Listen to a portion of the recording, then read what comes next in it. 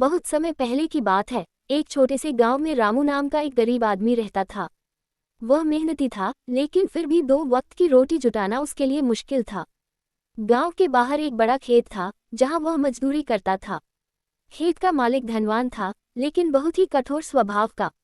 एक दिन की बात है, खेत की कटाई हो रही थी। रामू दिन भर खेत में मेहनत करता रहा।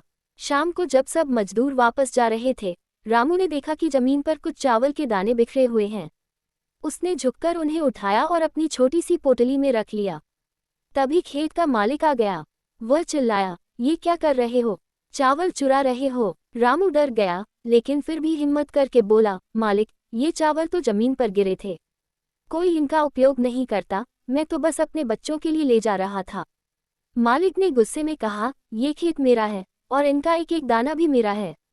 चोर कहीं के। रामू बहुत दुखी हुआ। उसने वह चावल मालिक को लौटा दिए और खाली हाथ घर लौट गया।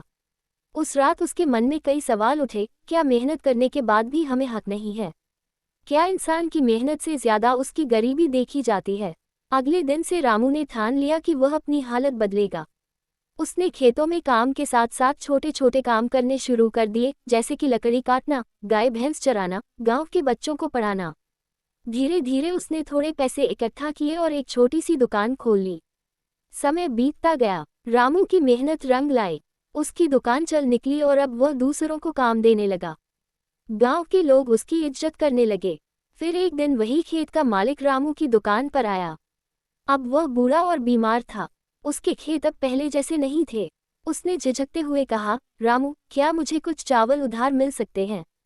घर में कोई अनाज नहीं बचा है।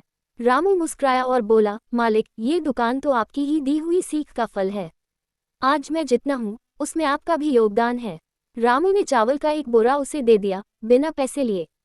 मालिक की आंखों में आंसू आ गए। वह बोला, आज तुमने साबित कर दिया कि इंसान की असली दौलत उसका दिल होता है, न कि उसकी जमीन। कभी भी हालातों से हार मत मानो। ईमानदारी, मेहनत और धैर्य से सब कुछ संभव है। जो आज छोटा है, वही